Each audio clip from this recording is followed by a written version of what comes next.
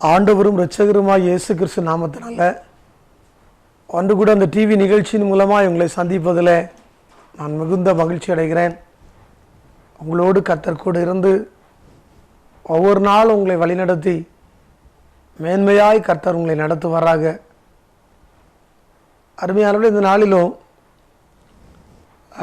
பழையன ஒளிந்தன எல்லாம் புதிதாயின என்கிற ஒரு தலைப்பில் ஆண்டுடைய வார்த்தையை நாம் தியானிக்க போகிறோம். இந்த நாளில் கூட நம்ம எல்லாருமே விரும்புகிற ஒரு காரியம், நமக்கு எல்லாமே புதிதாக மாற வேண்டும், புதிய காரியங்களை பார்க்கணும், புதிய விடுதலையை பார்க்கணும் அப்படின்னு சொல்லி எல்லாருமே நம்ம விரும்புகிறோம். ஆனால் நம்ம வாழ்க்கையில் அநேக நேரத்தில் அதை பார்க்க முடியலை. எதனால் பார்க்க முடியும்னா, பழைய காரியங்கள் நம்ம வாழ்க்கையில் இருக்குது. அது அப்படியே இருக்கிற போது புதிய காரியத்தை நம்ம பார்க்க முடியாது, புதிதான விடுதலை நம்ம பார்க்க முடியாது. அப்போ புதிய விடுதலை நம்ம பார்க்கணுன்னா நம்ம பழைய காரியங்கள் நம்மை விட்டு எடுத்து மாற்றப்படணும். உதாரணத்துக்கு ஒரு பாத்திரத்தில் பழைய ஒரு பானம் இருக்கிறது, அல்லது ஒரு ஆகாரம் இருக்கிறது. அந்த ஆகாரத்தை புதிதாய் மாற்றணும், புதிய ஆகாரத்தை அங்கே வைக்கணும், இல்லை புதிய பானத்தை வைக்கணும் அப்படின்னா அதை நம்ம எடுத்து அகற்றுகிற போது தான், பழையதை எடுத்து அகற்றுகிற போது தான் புதியதை நம்ம அங்கே பார்க்க முடியும், வைக்க முடியும்.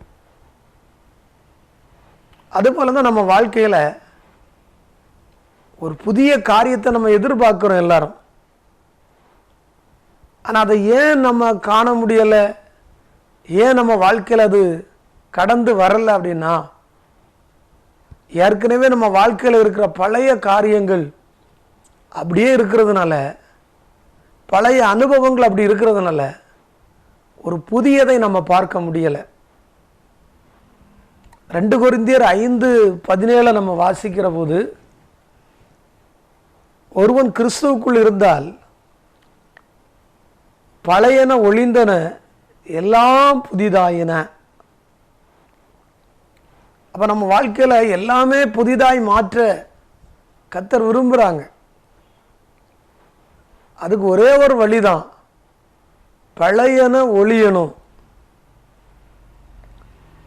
பழைய அனுபவங்கள், பழைய கிரியைகள், பழைய செயல்பாடுகள், நாம் கடந்து வந்த பாதையில் நம்மை அண்டிக் கொண்ட சில அனுபவங்கள், இதெல்லாம் நம்மை விட்டு அகற்றப்படணும், ஒழிக்கப்படணும்.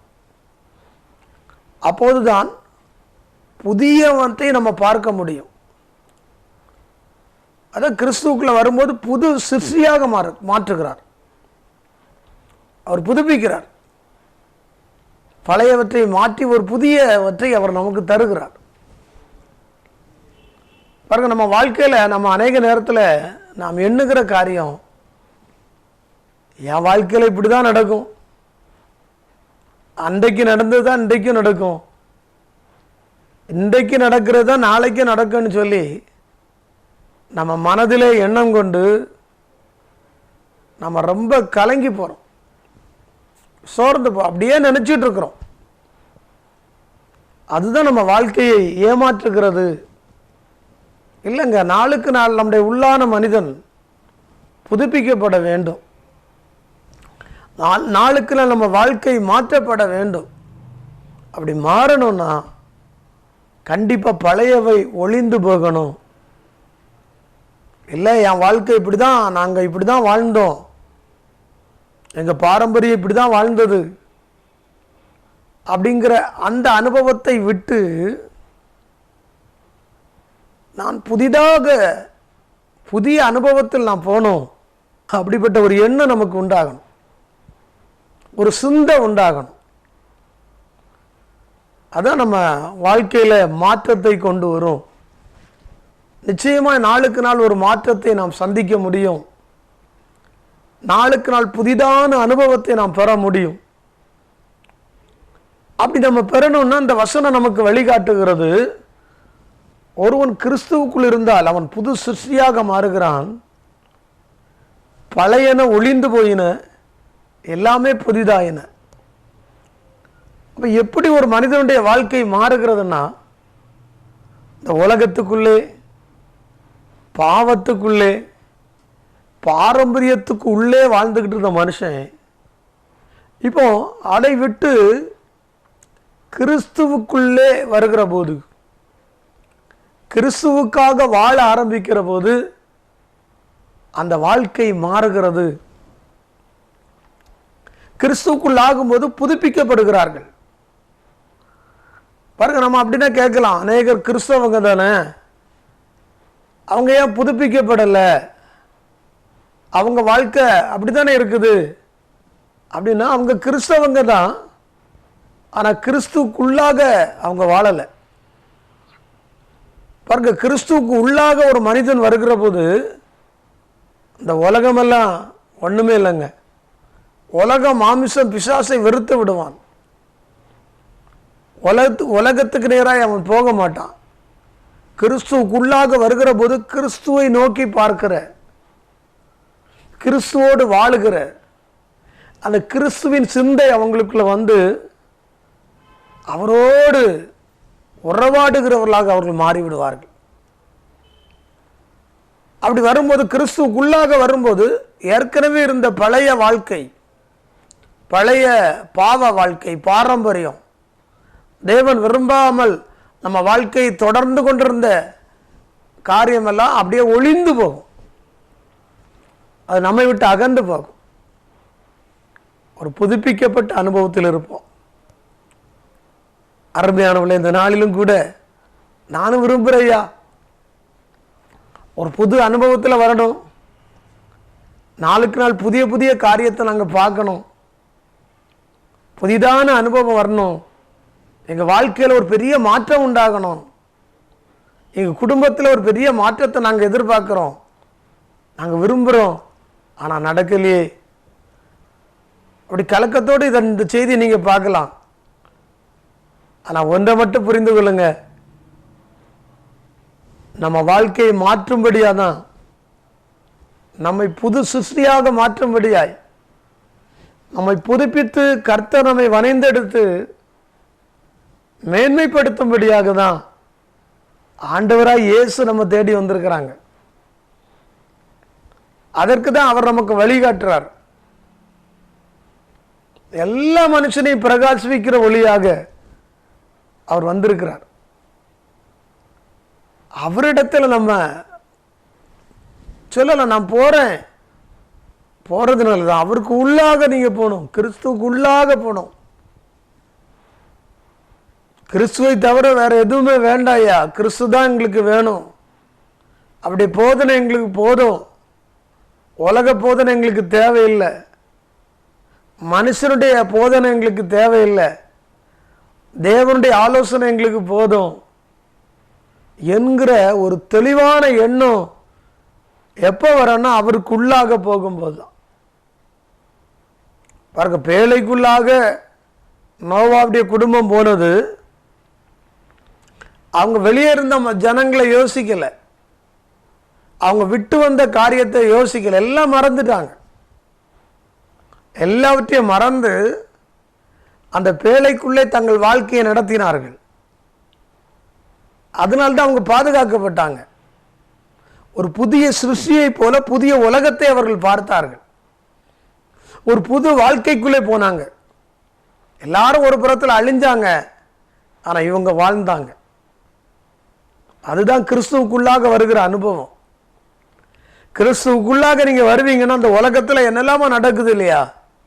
நல்ல யுத்தங்களின் செய்தியை கேள்விப்படுகிறோம். பல ஆபத்துகள், பல போராட்டங்கள், நெருக்கங்கள், இதெல்லாம் ஒரு காலத்தில் நம்ம வாழ்க்கையில் வந்துச்சு. ஆனால் கிறிஸ்துவுக்குள்ள போகும்போது இது வந்தாலும் நம்மளை சேதப்படுத்த முடியாது. அதை நம்ம வாழ்க்கையை அசைத்து பார்க்க முடியாது. நாம் தேவனுக்குள்ளே நாம் இருக்க முடியும், தேவனுக்குள்ளே வாழ முடியும். கர்த்தருக்குள் வருகிற ரட்சிப்பு, கர்த்தருக்குள் வருகிற சந்தோஷம் நமக்கு வந்துடும். அநேக பாரத்தோடு அநேக கவலையோடு இந்த செய்தி நீங்கள் பார்க்கலாம். ஆனால் நீங்கள் ஒன்றை மட்டும் தெளிவாக புரிந்து கொள்ளுங்க. கிறிஸ்துவோடு உள்ள உறவை நீங்கள் புதுப்பிச்சு கிறிஸ்துவுக்குள்ளே வாழும்படியாய் நீங்கள் தீர்மானம் எடுத்துட்டா, அந்த வாழ்க்கையை விரும்பினா எந்த பிரச்சனையும் உங்களை சேதப்படுத்தாது. சங்கீதக்காரர் சொல்கிறார் இல்லையா, கர்த்தரை நான் எப்பொழுதும் எனக்கு முன்பாக வைத்திருக்கிறபடினால் நான் அசைக்கப்படுவதில்லை. அவர் முன்னால் வச்சாலே அசைக்கப்படலையா. அப்போ அவருக்குள்ளே நம்ம வாழ்ந்தா நிச்சயமாக அசைக்கப்பட மாட்டோம். எதில் நீங்கள் தைரியமாக நிற்க முடியும்? என்னால் நிற்க முடியலை, நான் எதிர்பார்த்த காரியம் நடக்கலைன்னு சொல்லி கண்ணீரோடு இந்த செய்தியை பார்க்கலாம். அருமையானவர்களே, கிறிஸ்துவுக்குள்ளான ஒரு வாழ்க்கை வாழ முதல்ல தீர்மானிங்க. அவருக்குள்ளாக நம்ம வாழும்போது தான் பழைய நல்லா ஒளிஞ்சு போகும். புதிய புதிய காரியத்தை நம்ம பார்க்க முடியும். ஒரு புது சிருஷ்டியாக நம்ம மாறிடுவோம். நம்மளை மட்டும் இல்லை, நம்ம குடும்பத்தை மாற்றுவார். நாம் யாருக்கெல்லாம் ஜெபிக்கிறோமோ அவங்களெல்லாம் கர்த்தர் அப்படி மாற்றுவார். கண்ணீரோடு இதை பார்க்குற நீங்கள் செய்ய வேண்டிய ஒரே காரியம் அதுதான், கிறிஸ்துக்குள்ளாக நான் வாழணும். நான் ஆலயத்துக்கு போகிறேன், சர்ச்சுக்கு போகிறேன், இல்லை நான் ஜெபம் பண்ணுறேன், எல்லாம் நல்லது தான். ஆனால் நம்ம வாழ்க்கை எப்படி இருக்குது? அவருக்குள்ளான ஒரு வாழ்க்கை. அப்போ அவருக்குள்ளே எப்படி போகிறது அப்படின்னா, ஒவ்வொரு நாளும் அவரை சார்ந்து நம்ம இருக்கணும். காலை வேளை ஜெபம் பாருங்க, இடைவிடா ஜெபம் சொல்லப்பட்டிருக்கல. எந்த காரியத்தை செய்தாலும் ஒரு ஜெபிக்கிற அனுபவம், தனிப்பட்ட ஜெபம், குடும்ப ஜெபம், சபையில் உள்ள ஜெபம், அதுக்கு முக்கியத்துவம் கொடுங்க. உலகத்தில் அதுக்கு வேலை செய்ய நம்ம வேலை செய்யுங்க. வேலை செய்கிற மத்தியிலும் வேலை துவங்கும் போது ஜெபம் பண்ணுங்க. கர்த்தரோடு உள்ள உறவை மட்டும் விட்டு விலகிறே செய்யாதுங்க. பவுல் சொல்றார் இல்லையா, கிறிஸ்துவின் அன்பை விட்டு என்னை பிரிப்பவன் யார்? ஓத்திரமோ வியாகுலமோ பசியோ நிர்வாணமோ எது வந்தாலும் அப்படி அன்பை விட்டு என்னை பிரிக்காது என்று நிச்சயித்திருக்கிறேன். அருமையானவர்களே, இந்த ஒரு அனுபவத்தில் நீங்கள் வந்துட்டா நீங்கள் அசைய மாட்டீங்க. இந்த அனுபவத்தில் நீங்கள் வர ஆரம்பிச்சிட்டிங்கன்னா இந்த உலகமெல்லாம் ஒரு பொருட்டே கிடையாது. நான் இன்னும் சொல்லுவேன், பழையன ஒளிந்து போயின, பழைய தோல்வி ஒளிந்து போகும், பழைய கண்ணீரின் அனுபவம் ஒளிந்து போகும், பழைய வேதனை பாரம் எல்லாம் ஒளிந்து போகும். புதிய அனுபவத்தில் வருவீங்க. அநேகர் மத்தியில் நீங்கள் பிரகாசிக்கிற விளக்காக மாறிடுவீங்க. அதை கர்த்தர் செய்வார். அவருக்குள்ள நான் வளரணும், அவருக்குள்ள போகணும், அவரோடு ஜீவிக்கணும். கிறிஸ்துவை விட்டு நான் விலகக்கூடாது. கிறிஸ்துவின் அன்பை விட்டு என்னை பிரிக்கிற எந்த காரியத்துக்கு நான் இடம் கொடுக்க கூடாது. இந்த ஒரே ஒரு தீர்மானம் உங்க வாழ்க்கையை மாற்றுகிறது. பழையன ஒளிந்து போகும். உன் வாழ்க்கையில கடந்து வந்த சாபம் ஒளிந்து போகும். உன்னோடு கடந்து வந்த பாவம் ஒளிந்து போகும். தரித்திர நிலைமை ஒளிந்து போகும். உன்னை எப்போதும் பாரப்படுத்தின அந்த பலவீனம் ஒளிந்து போகும். எல்லாவற்றிலும் ஒரு மாற்றம், புதிய பார்ப்பீங்க. புதிய என்ன? சந்தோஷம், சமாதானம், பாருங்க, ஒரு செழிப்பு, ஒரு வளர்ச்சி, ஒரு விடுதலை புதுசா தருவார் கர்த்தர். ஒரே ஒரு காரியத்தை சரியா பண்ணுங்க. ஐயா நான் ஜெபம் பண்றேன், சர்ச்சுக்கெல்லாம் போறேன், நல்லது. ஆனா எந்த அளவு அவருக்குள் போறீங்க? இல்லை, எங்க பாஸ்டரே நான் சார்ந்திருக்கிறேன், இந்த உலகத்தில் சில நல்லவர்களை சார்ந்திருக்கிறேன், நல்லது. ஆனா கிறிஸ்துவுக்குள்ள நீங்க ஆழமா போகணும். அவரோடு உள்ள உறவை அதிகரிக்கணும். எந்த நேரமும் அவரை குறித்த சிந்தனை நமக்குள்ள இருக்கணும். எப்பெல்லாம் அப்படி சமூகத்தில் போய் உறவாடலாம், ஏதாகிலும் ஒன்றை ஆண்டவருக்காக செய்து எப்படி அவர் சந்தோஷப்படுத்தலாம், இந்த எண்ணங்கள் நம்ம மனதில் வந்துக்கிட்டே இருக்கணும். யோனாக்கு இந்த உலக பிரகாரமாக அவர் வாழ்ந்தாலும், குடும்பமாக வாழ்ந்தாலும், தேவனோடு சஞ்சரித்தார் அப்படி சொல்லப்பட்டிருக்கு இல்லையா, அந்த அனுபவம் நமக்கு வேணும். அதான் கிறிஸ்துக்குள்ளான வாழ்க்கை. அந்த அந்த எண்ணம் வந்துக்கிட்டே இருக்கும், அந்த சிந்தனை வந்துக்கிட்டே இருக்கும். நீ புதிதாய் மாறிட்டே இருப்பீங்க. பழைய காரியங்கள்லாம் ஒளிஞ்சு போய் புதுப்பிக்கப்படுவீங்க. இந்த காரியத்தை நீங்கள் செய்து பாருங்க, உங்கள் வாழ்க்கையில் செய்து பாருங்க, உங்கள் குடும்பத்தில் செய்து பாருங்க, உங்கள் சபையில் செய்து பாருங்க. அவருக்குள்ளாக நான் வாழணும் ஐயா. அந்த அனுபவம் உங்களுக்கு ஒரு பெரிய வெற்றியை தர போதுமானதாக இருக்கும். பேழைக்குள்ளே இருந்த பாருங்க, ஆனால் நோவா அவங்க குடும்பம் அது மட்டும் இல்லை, மிருக ஜீவன்கள்லாம் இருக்குது. அவங்களுக்கு உள்ளே இருந்ததுனால பிரச்சனை, ஆனால் வெளியே பிரச்சனை இருக்குது, வெளியே பெரிய அழிவு நடந்துகிட்டு இருக்கு. ஆனால் உள்ளே இருந்தவங்களுக்கு அழிவு இல்லை, உள்ளே இருந்தவங்களுக்கு எந்த பிரச்சனையும் இல்லை. அதே போல தான் கிறிஸ்தவ வாழ்க்கை, இந்த உலக வாழ்க்கை. கிறிஸ்துவுக்குள்ளே நம்ம இருப்போம்னா இந்த உலகத்தில் எது நடந்தாலும் உங்களை இனி அசைக்க முடியாது. கிறிஸ்துவுக்குள்ளான வாழ்க்கையை நீங்கள் செலக்ட் பண்ணி அதுக்கு முக்கியத்துவம் கொடுத்து பாருங்க. நான் எந்த அளவு அவரோடு உள்ளே போயிருக்கிறேன், அவரோடு எவ்வளவு தூரம் ஆழமாக நான் கடந்து போயிருக்கிறேன், அவருக்காக நான் எதெல்லாம் ஒப்பு கொடுத்துருக்கிறேன். இந்த உலகத்தில் மேன்மையாக எண்ணின எத்தனை காரியத்தை அவருக்காக நான் விட்டேன். யோசித்து பார்த்தீங்கன்னா இன்னும் சில காரியத்தை நம்ம விட வேண்டியிருக்கு, சில காரியத்தை இன்னும் நம்ம வெறுக்கலை, சில காரியம் நம்ம பின்தொடருது. அதனால்தான் பழைய காரியம் அப்படியே பழைய தோல்வி வந்துக்கிட்டே இருக்குது, பழைய பிரச்சனை வந்துக்கிட்டே இருக்குது, பழைய பலவீனம் வருது. ஆனால் அதெல்லாம் விட்டு கிறிஸ்துவுக்குள்ளே நம்ம போக போக இதெல்லாம் நம்மளை விட்டு அழிஞ்சு போகும், ஒரு ஜெயம் உண்டாகும். அந்த மாற்றத்தை ஆண்டவர் தருவாரா. ரெண்டாவது ஒரு காரியத்தை நம்ம பார்த்தோம்னா பாருங்க, ஆண்டுடைய வசனத்துக்குள்ளே நம்ம போகும்போது புதிய காரியத்தை நம்ம பார்க்குறோம். வசனம் படிக்கிறோங்க, வசனம் நல்லா படிக்கிறோம். 1ஆம் சங்கீதத்தில் பார்க்குறோம் இல்லையா, இரவும் பகலும் கர்த்தருடைய வேதத்தில் தியானமா இருக்கிற மனுஷன் பாக்கியவான். பாருங்க, வசனம் படிக்கிறோம், பட் வசனத்தை நம்ம என்ன செய்ய மாட்டோம், கை கொள்ள மாட்டோம். கண்டிப்பாக அது ஆழத்தும் அதுதான். வசனத்தை படிக்கிற நீங்க நாம அந்த வசனத்தின்படி வாழணும், வசனத்தை நாம் கை கொள்ளணும். அப்படி கை கொண்டாதான், வசனத்தின்படி செய்தாதான் வசனத்தின் ஆழத்துக்குள்ளே நம்ம போறோம், வசனத்துக்குள்ளாக நம்ம போறோம். மத்தேயுல நம்ம வாசிக்கிறோம் இல்லையா, என் வார்த்தையை கேட்டு அதன்படி செய்கிறவன் எவனோ அவன் கண்மலையின் மேல் தன் வீட்டை கட்டினா புத்தியுள்ள மனுஷனுக்கு ஒப்பா இருக்கிறான். காற்று அடித்தது, பெரு வெள்ளம் மோதியது, அது அசையல.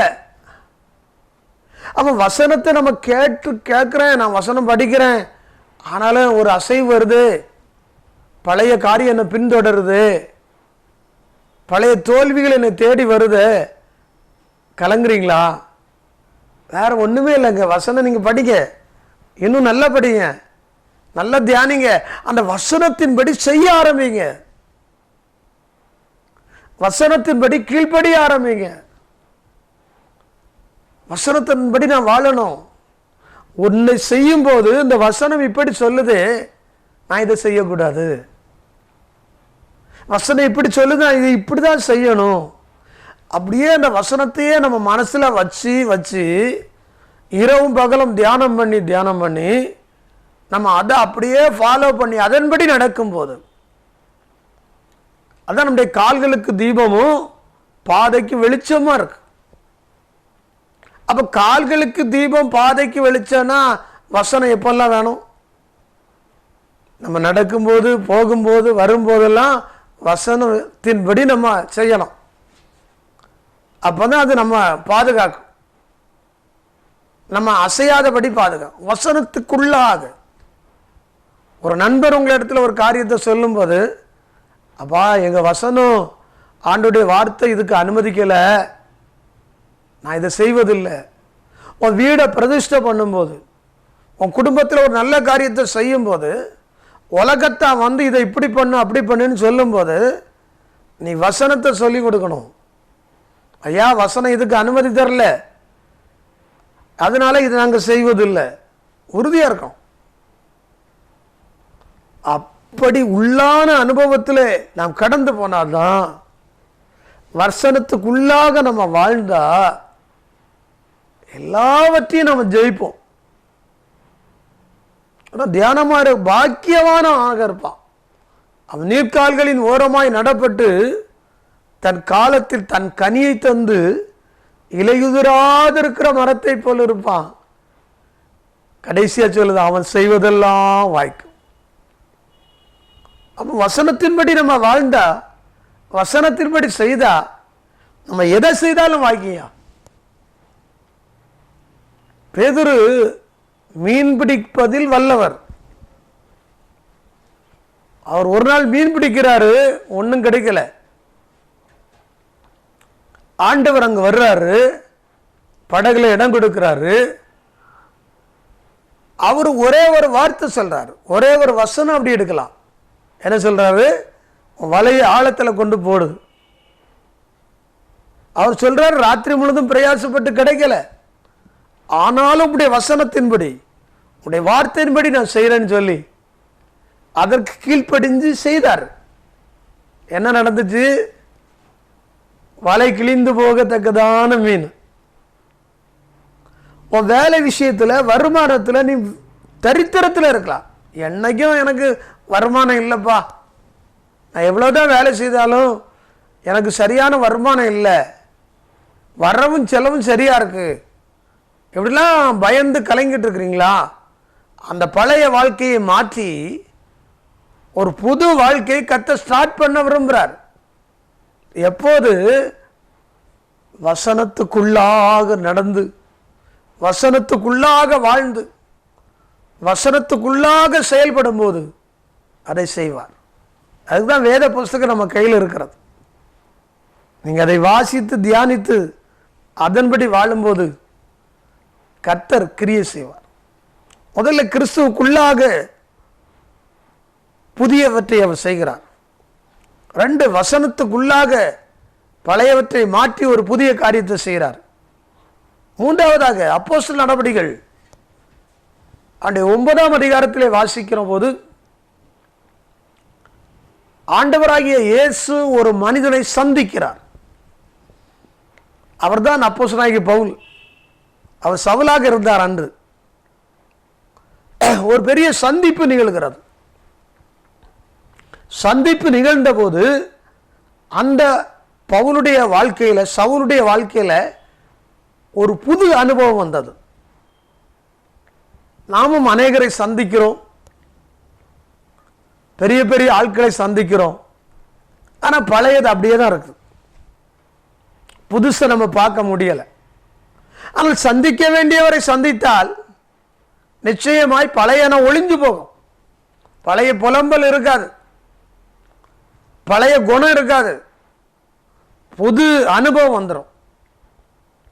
புதிய அனுபவத்தை கர்த்தர் தருவார். அதைத்தான் அங்க செய்கிறார். பிறகு இந்த மனுஷனை கர்த்தர் சந்திக்கிறான். தேவனோடு உள்ள சந்திப்பு. தேவன் சந்திக்கும் போது ஒரு மனிதனை பழையவற்றை மாற்றி புதிதாக்குகிறார். பாருங்க, பழைய சோபம். அவருக்கு சோபம் என்ன? தேவனிடத்தில் ஜெபிக்கிறவளை அவர் அடிபுறுத்துகிறார், கொலை செய்யவும் தயங்கல. பாருங்க, அவருக்கு சுயம் வெளிப்பட்டது, பாரம்பரியம் வெளிப்பட்டது.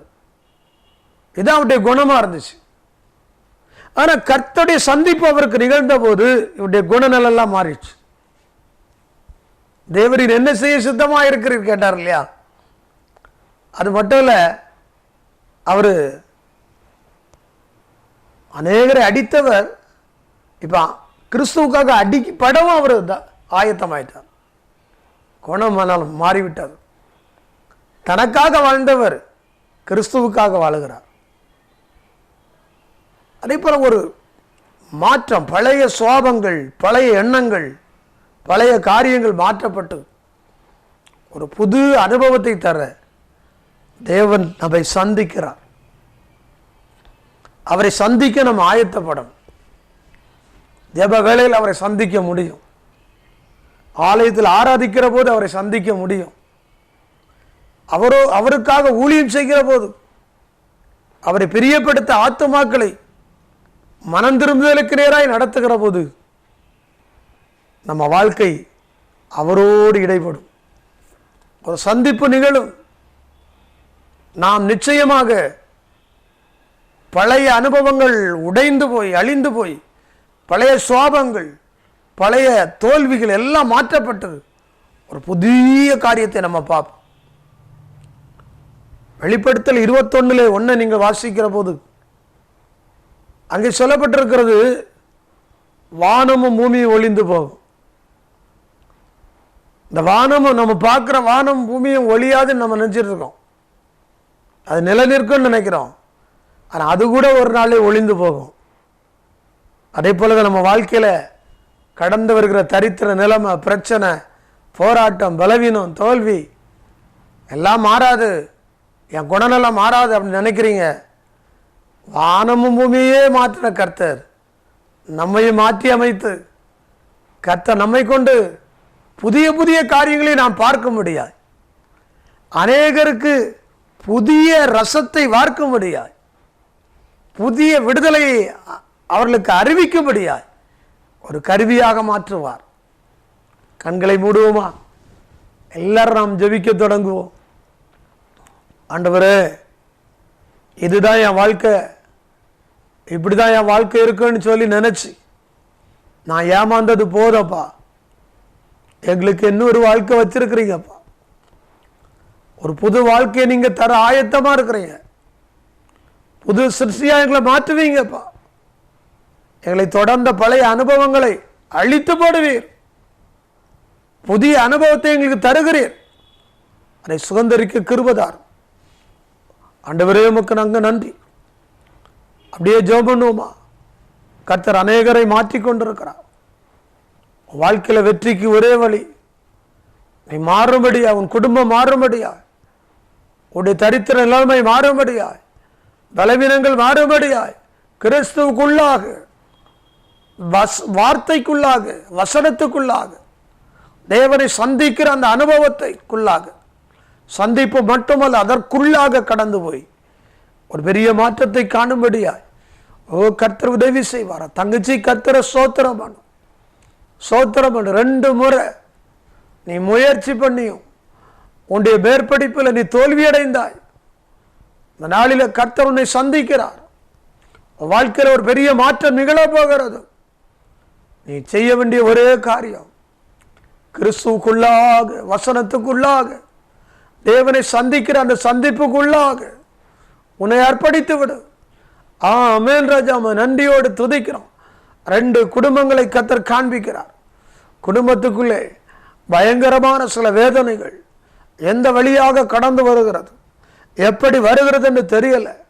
அதற்காக சில முயற்சிகளை எடுத்தீங்க, தோற்று போனீங்க.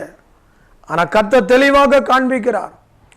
உன் குடும்பத்திலே மறைந்திருந்து தாக்குகிற சில வல்லமைகள், அந்த வல்லமைகள் தகரும்படியாய் உன் குடும்பத்தில் நீ ஜெபிக்கிறாய். ஆனால் ஜெபத்துக்கு உள்ளான அனுபவம் இல்லை. குடும்பமாய் ஒப்பு கொடுத்து நீ ஜெபிக்கிற பட்சத்தில் உன் குடும்பத்தில் பெரிய மாற்றத்தை கர்த்தர் தரப்போகிறார். வியாதியோடு போராடி கொண்டிருக்கிற சில பேரை கர்த்தர் காண்பிக்கிறார். வியாதி நிமித்தமாக நீங்கள் பார்க்காத மருத்துவம் இல்லை, கடந்து போகாத இடம் இல்லை. ஆனால் வியாதி மட்டும் மாறலை. கர்த்தர் உங்களிடத்தில் கேட்கிற ஒரே ஒரு காரியம், உன் உள்ளத்தை, உன் இருதயத்தை முழுமையாய் கர்த்தருக்கு கொடு. உன் உள்ளத்தை முழுமையாய் கொடு. அநேக நேரத்தில் உன் இருதயத்தை கொடுத்தாலும் கூட, உன் ஜீவிதத்தை கொடுத்தாலும் கூட, அநேக நேரத்தில் நீ சோத்திரம் இந்த உலகத்துக்குள்ள கடந்து போற அந்த அனுபவத்தை விட்டு கிறிஸ்துவுக்குள்ளாக உன்னை அர்ப்பணிக்கிற பட்சத்தில் அந்த பலவீனங்கள் உன்னை விட்டு மாறும் என்று கர்த்தர் சொல்லுகிறார். நன்றியப்பா.